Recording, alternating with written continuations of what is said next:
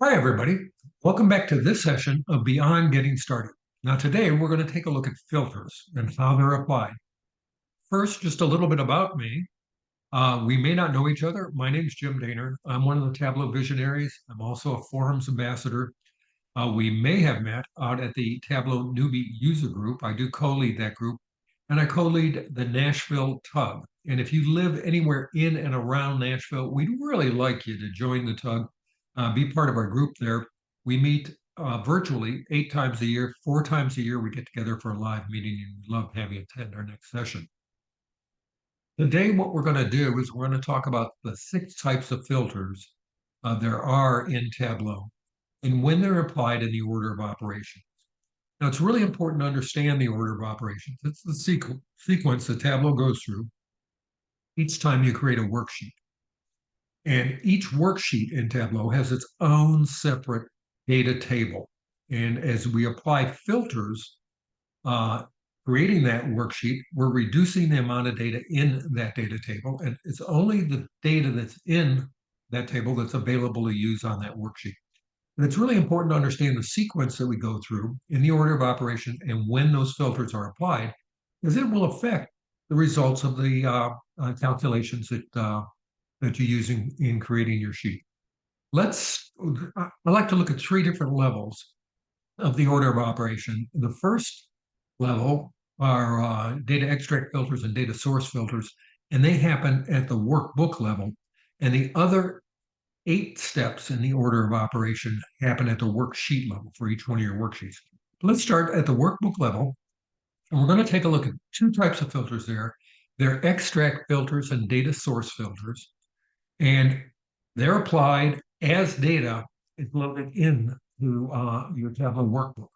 And you reduce the amount of data, the total amount of data that's in that workbook, and by having a smaller data set, that workbook is going to perform faster. It's going to be more performant. It's going to perform better for you.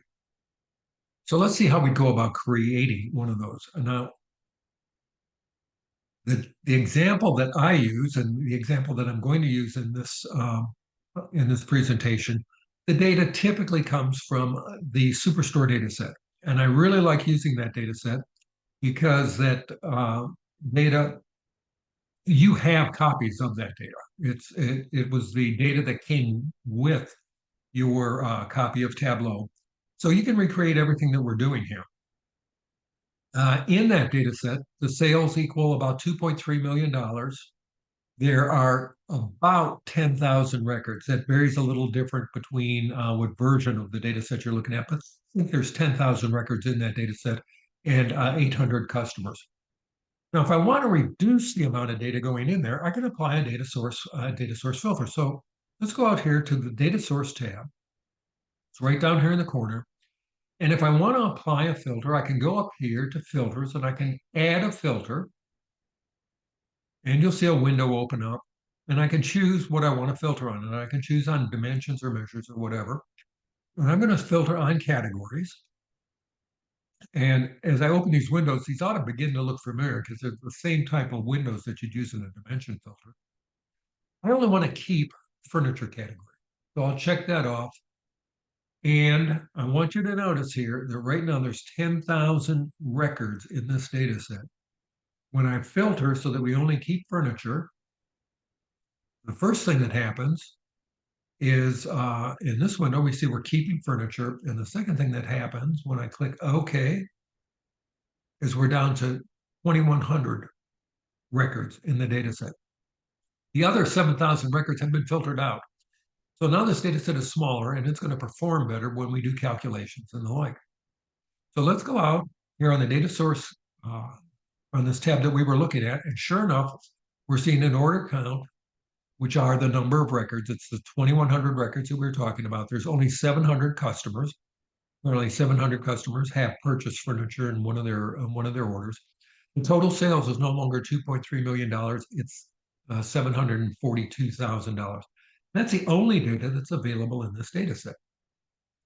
Now, what I want to do, I'm going to go back out here and I'm going to take that filter off and show you a different way of doing. Whoops, I'm sorry. I've got to remove the filter, and then click OK. And you can see that sure enough, we're back to 10,000 records. Now, what I'd like to do in this example is I'd like to show you how we can make the filter dynamic.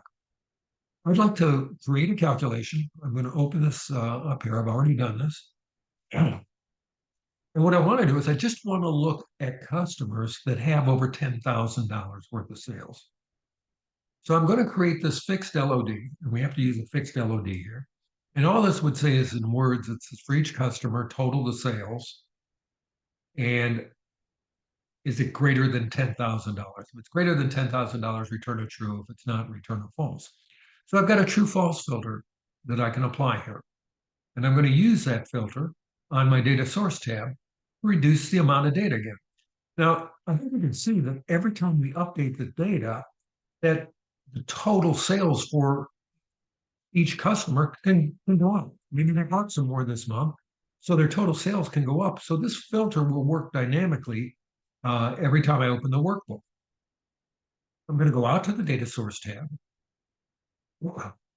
I'm going to add a data source filter. And this is the LOD expression we just wrote. I'm going to apply that, and you can see we have a choice. We can either select true or false, and we want true. We only want the customers that have purchased in total over $10,000 worth of sales. So we're going to include those, and you can see we just keep the trues. And there's our 10,000 rows of data. Let's click OK, and we can see when we do that, there's only 388 rows left. The other 9,000 rows of data, 9,000 plus rows of data are gone. They're not in our workbook. And if we go out to our tab again, we can see that there's 20 customers that fit that criteria that have sales over $10,000. And they total 264,000. If we wanted to see the customers, we could just put customers on rows, and those are the 20 customers.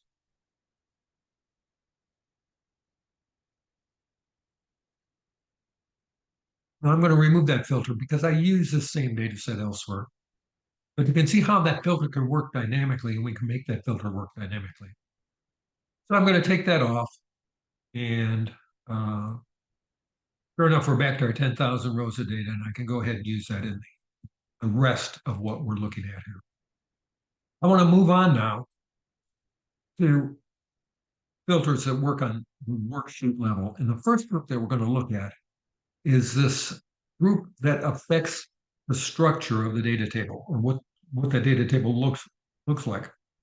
And that's in steps 3, 4, and 5 of the order of operation.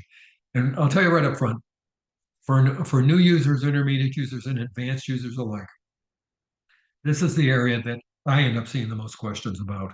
When do I apply a context filter? When do I apply a dimension filter? How's that going to affect my fixed LOD or my top end calculation? Well, first of all, the message is very simple. If you want a filter that's going to be applied before and therefore affect your fixed LOD, your top end and sets, you put the filter in context. If you want the fixed LOD and the top end and the sets determined before the filter is applied, then you use a dimension filter. And the easiest way to see this is to actually go in, and we're going to go through some examples. And there's one thing I want to do first, because I'm going to talk about data tables, and I'm going to talk about the total data that's in the data set. And I want to show you how you can look at that and where you can look at that. This is just that same data set that we're looking at. This is Superstore data. And I'm looking at category and region, and you can see I've got 12 rows of data here. If I open up this hamburger, and we call this the data pane over here, if we open that up, you can see, okay, there we go. You can see view data opens, and you can see there's 10,000 rows of data. This view data looks at the total data that's in your data set. Okay, that's the total amount of data that we entered into Tableau. I can also look at the worksheet level. I can take a look at this specific worksheet, and I can see how much data is in the data table for this worksheet alone. And right now, we haven't applied any filters. So if I go up here to analysis, and this view data looks at the data table worksheet, And you can see it says, well, first of all, it says I got 48 rows of data. And you're going to say, well, wait a minute, I only see 12 rows of data. Well, if you remember when we talked about data structure, we talked about proper data structure for Tableau, we said Tableau likes a narrow, tall data set. And in that data set, the data set that Tableau is actually using, it's 48 rows of data. And you can see the 48 rows of data here. And there are 4 fields in the data: category, region, year of order, date, and sales. 4 different fields, 48 rows. Now, if I look at the full data that's in the data table, we're still looking at the data table. You see, I've got 10,000 rows of data. I haven't applied any filters. So now I'm going to apply a filter. I'm going to come in here to segment, and I'm just going to take out the consumer segment. And you can see this data table, the numbers of this data table have changed. If I take a look at the total data set, this is what's loaded into Tableau, it's still 10,000 rows of data. We have not affected that data set. That data set is still the full 10,000 rows of data. If I come here to analysis and I open that view data, which is the view data for this specific worksheet, I can see, first of all, the summary is still 48 rows. We haven't changed the structure of this table. The data, the structure that you see there, the overall structure for the data table, the visible data table, is unchanged. It's still 48 rows. But if we take a look at the full data set, we're looking at 4,800 rows of data. There were 5,000 more records that we have eliminated.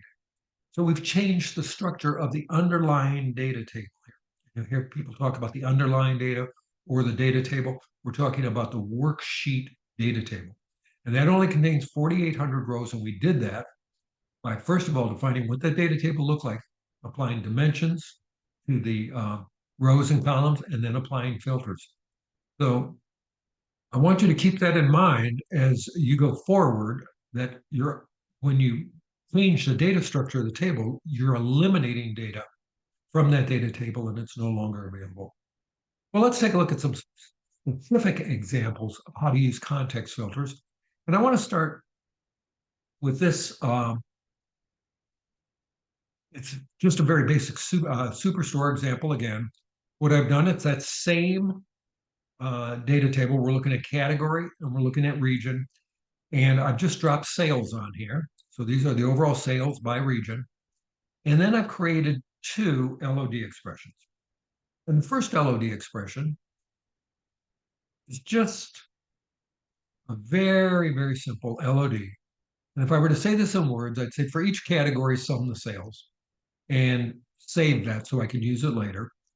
And that's in this column here. So we can see that the sum of sales is $742,000 for the furniture category. And this LOD is $742,000 for each one of the records. And in office supplies, it's 719. And in technology, it's 836,000. Then I've created another LOD. And that is nothing more than this column here. It's a percent of sales. I take the sum of sales, this column, and divide it by the sum of that fixed LOD, that column, and I get a value over here. So that is 22% of that 742, and that is 28%, and so on. Now, what I want to do is I'm going to apply a filter on region. And I'm going to take out the central region, but I'm going to do it twice. I'm going to do it 2 different ways. And the first time we're going to do that, I'm going to place that filter, the region filter, in context. So I'm going to apply that filter before the LOD is calculated. Okay. Right now, that region filter is a blue filter, so it's not in context. I'm going to open up the dropdown and I'm going to add it to context. You'll notice it changed to gray. When it changed to gray, it's just a visual cue that says, hey, this is a context filter. It's no longer a dimension filter. The dimension filter is blue. Context filter is gray. So now I'm going to take out the central region. And we can see, and I'm going to open up this key once again, just so we can reference it if we need it. You can see that the sales are now $578,000. And this same calculation, this LOD calculation, that's fixed category sales, is also $578,000. Well, why is that? We thought it was fixed. Well, it is fixed, but we removed the region before we did the calculation for this fixed LOD. So region was already out of the data table. And the fixed LOD is going to return 578 for furniture and 552 for office supplies and 665. And you can see that the totals here by category are going to total 100%. Now we could also, and I'm going to put this back, we could also take this region and filter it as a dimension filter, and we're going to remove it from context. So now it's going to be filtered down here after the LOD is calculated and after top end are calculated and that sort of thing. So now when I take out the central region, you can see that the total is 578,000, but my LOD hasn't changed. The reason it hasn't changed is this filter wasn't applied until after this category LOD, the same calculation. That filter wasn't applied until after that LOD was calculated. So furniture is 742,000, and the eastern region is 28% of that, and the south is 15%. And in total, these three regions represent 77.9% of the four region total of 742,000. So it's very simple. And I know I get users all the time and say, hey, I want to write a formula. What's the formula that ignores filters? There are no formulas that ignore filters. You decide as a designer when to apply that filter. If you want that filter to affect your LOD, apply that filter in context. If you do not want that filter to affect the LOD, apply it as a dimension filter after the LOD is calculated. Let's take a quick look at the top end calculation. And in this calculation, I've created a set, and it's a set on subset. It's kind of hard to say. I'm going to edit the set. And all I've done in this set is I've created I've gone out to the top tab and I've created a top end based on sales. We'll come down here to sales. There it is right there. So we've got a top end based on sales, and I've added a parameter. Whoops, we don't want to see that. I've added a parameter so that I can change that top end. And right now that parameter is set at 5. So I'm going to put that in there. Okay. Now, in the set, we've got 5 subcategories. And I'm going to come back into this calculation and I'm going to filter out at the category level. I'm going to take out one of the categories. And we're going to start just like we did before. I'm going to take category and I'm going to put category into context. Now, category is in context, so it is going to be applied. Filters to category are going to be applied up here in the context filter before the top end are calculated. So now when I take out furniture,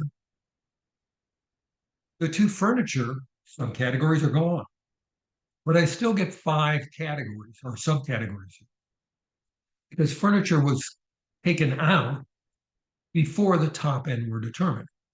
And just like we did before, I can come back and I can say, well, let me do it this way. I can say, no, I don't want remove, I don't want the top end, I don't want the filter to apply to the top end calculation. So I'm going to put the filter as a dimension filter so it's applied after the top end are calculated. And I can take furniture out, and there's only 3 categories. And we'll get the question all the time. I wanted 5, I wanted the top end at 5. Why am I only getting 3?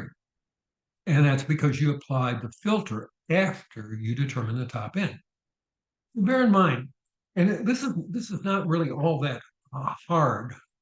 If you just remember one simple rule, that if you want the filter applied before you calculate the fixed LOD, the set or the top end, place it in context. On the other hand, if you want filter not to apply to the LOD, the top end, or the sets, then apply it as a blue filter, a dimension filter after the LOD is calculated.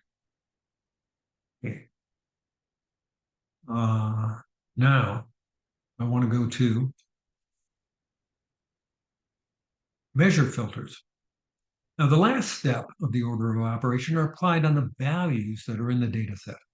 And the values that are in the data set, the values get put into the data set after the structure of the data set is determined. And that happens in steps 6 through 10 of the order of operations.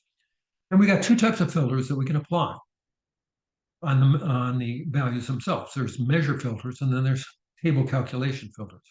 Measure filters are applied in step 8 after the data is entered into the table, and after include and exclude are applied. And dimension or table calculation filters are applied in step 10, and I usually refer to these as show height filters. Now, let's take a look at measure filters first, and I'm going to remove the sum of sales here, okay, from the filter show. And this is the same table we've been looking at. And what I'd like to do is I'd like to filter the values in this table. Okay?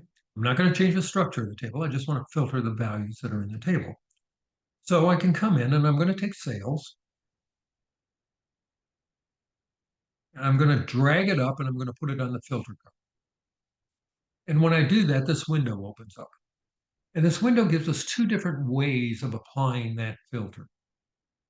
This first way that's highlighted in black really, it says all values. And I've always found that disturbing. It would be better for me if it said at the detail level, the individual records will be filtered. Okay. And everything below that is at the aggregated level. The value will be filtered. Let's start with the record level filter. So we're going to say next, and a window opens up and it says, okay, what's the range you want to filter? And you can see the lowest value is 0.444, and the highest value is 22,600. Well, you're not going to find that in this chart because these are individual record values, okay? But we're going to apply the filter at the record level, and I'm going to put that in as yes, and I want to see that filter so we can make some changes to it. I'm going to drag that over here. And let's say I only wanted to see records that were, let's say they were $5,000 or more at the individual record level, not in this chart, at the individual record level. And when I do that, you can see that most combinations of segment, region, and year don't have any records in them that are $5,000 or more. And for those that do have records that are $5,000 or more, these are the total dollars in those combinations for records that are over 5,000. It's not all the records in the Consumer Central 2018 combination, if you will, but it's only those records in that combination that are over $5,000. Now, let's take a look at what happens when we want to filter at the aggregate level or the table as you see it visually on the dashboard or on the worksheet. I'm going to take sales and I'm going to drag it up to that filter row or that filter again, and that same window opens up, and I have an option on how I want to aggregate the data for the filter. And I want to aggregate the data using sum. So I'm going to select sum and I'm going to go to next, and it's going to open up and it's going to say, okay, how do you want to apply that range? And you can see here the range is now a little over 4,000 to 107,000 dollars. And we should see those in the table. And sure enough, we do. There's the 40046, and here's the 107. There's the 107 right there. Well, let's say once again, I only want to see records that are, let's say, $20,000 and more. And when I calculate that, or when I apply that filter, all these records like here, that's $19,000 and $16,000 will disappear. This one will not. This one at $20,008 will stay there. So I apply the filter, and sure enough, all the records that were in total greater than $20,000 have been filtered out of the data table, the visual data table, the data table that we see. We haven't changed the structure of the table at all. Well, we can also look at other ways of applying those filters. We don't have to look at sum, and we can look at any one of the aggregates. I'm going to take sales up here again. And I want to look at standard deviation.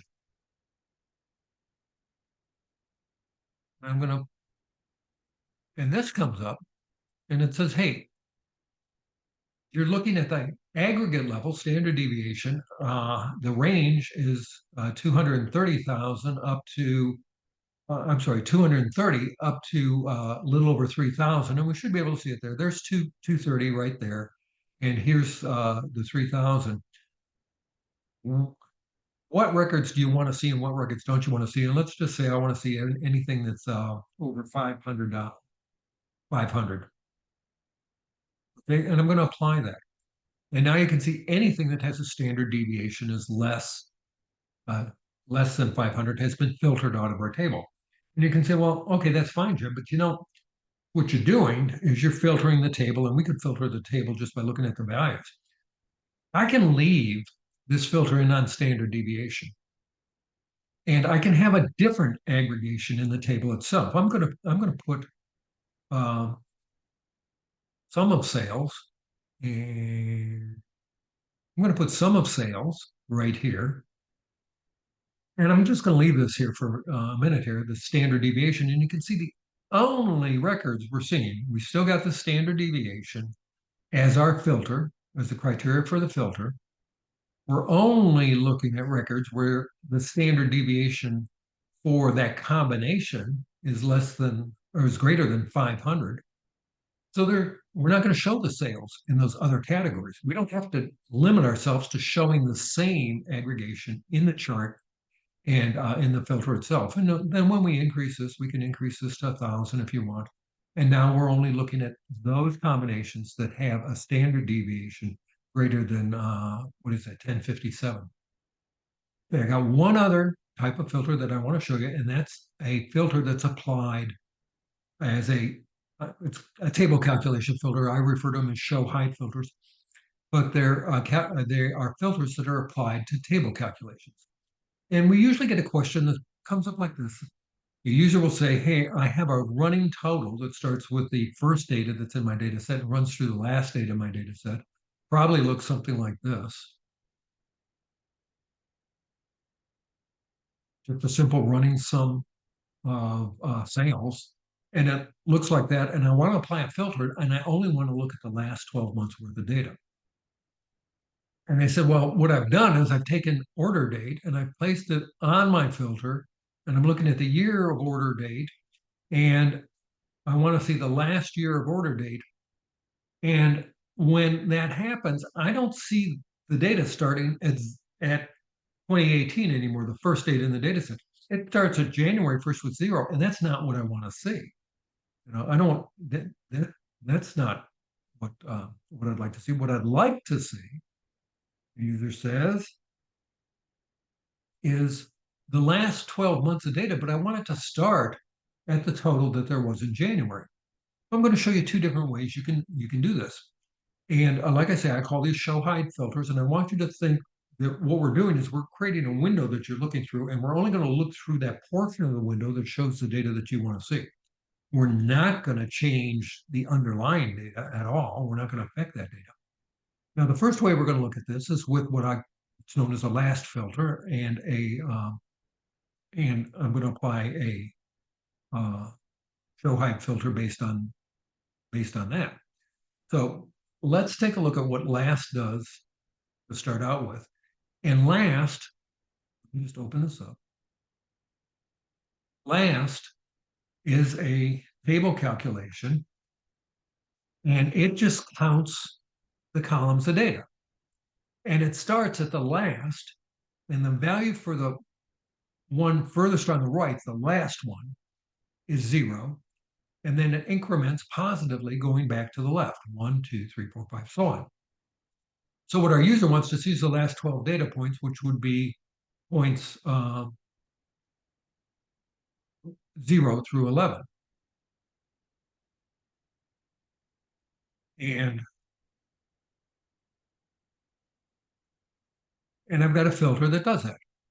And that's what this filter does. It's just very simple. It says if last is less than 12, then show, else hide end. And someone's saying out there, well, you don't have to write that out. You can just use last less than 12. Yes, you can, but I'm very forgetful. And when I use show hide filters and put them in a workbook and I come back 6 months later, I like to be able to read what's what I'm going to see. This one's fairly simple. Some of them get fairly complex, and I want to be able to read the entire statement and know what's showing and know what's hiding. So I will do it this way, and I want to show you how that works. And I just bring that last filter to the shelf and select the show values. And you can see we're seeing values 1 or 0 through 11. The last 12 values go from January through December. Okay. Now I want to do one other way. I want to show you one other way of doing this, and that's with a lookup filter. And I'm going to pull this off. We can see that we started again. It's the same data table we started with. And I'm going to take a filter, a lookup on order date. And that filter looks like this, or that formula looks like this. Lookup is a table calculation.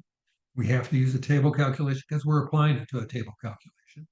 And I want to look up the year of the order date for the current cell. And I have to have that aggregated. So I used ATTR because there can be multiple values. And we're going to apply that here on the filter shelf.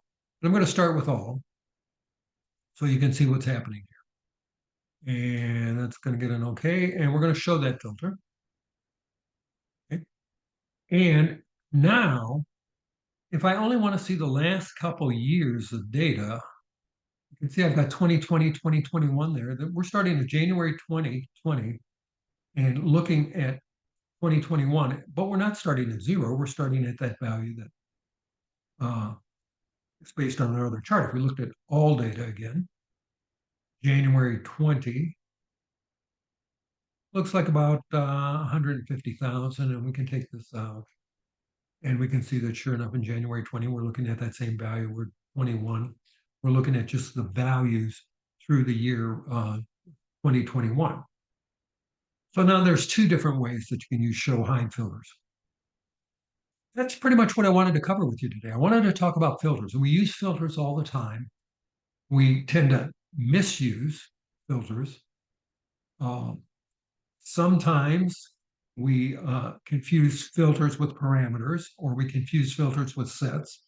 And in our next session, we're going to talk about sets and how to use sets to limit the amount of data that you see in the chart. And they work similar to, but they're very different than filters. Well, a couple things I want you to remember about filters is, first of all, where they occur in the order of operations. And when you apply them in the order of operations, it will affect the results you get out of calculations. And then the other thing is the obvious. It's like everything in Tableau. The only way you learn to use filters better is by using them. So please go out to your workbook and practice. Now, everything that you've seen today is already on my blog. You can go out to jimdehner.com, and what you've seen is out there.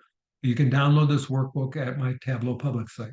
Now, I thank you. I enjoyed talking with you today. Next time, we're going to talk about sets, and I hope you come out and enjoy that also.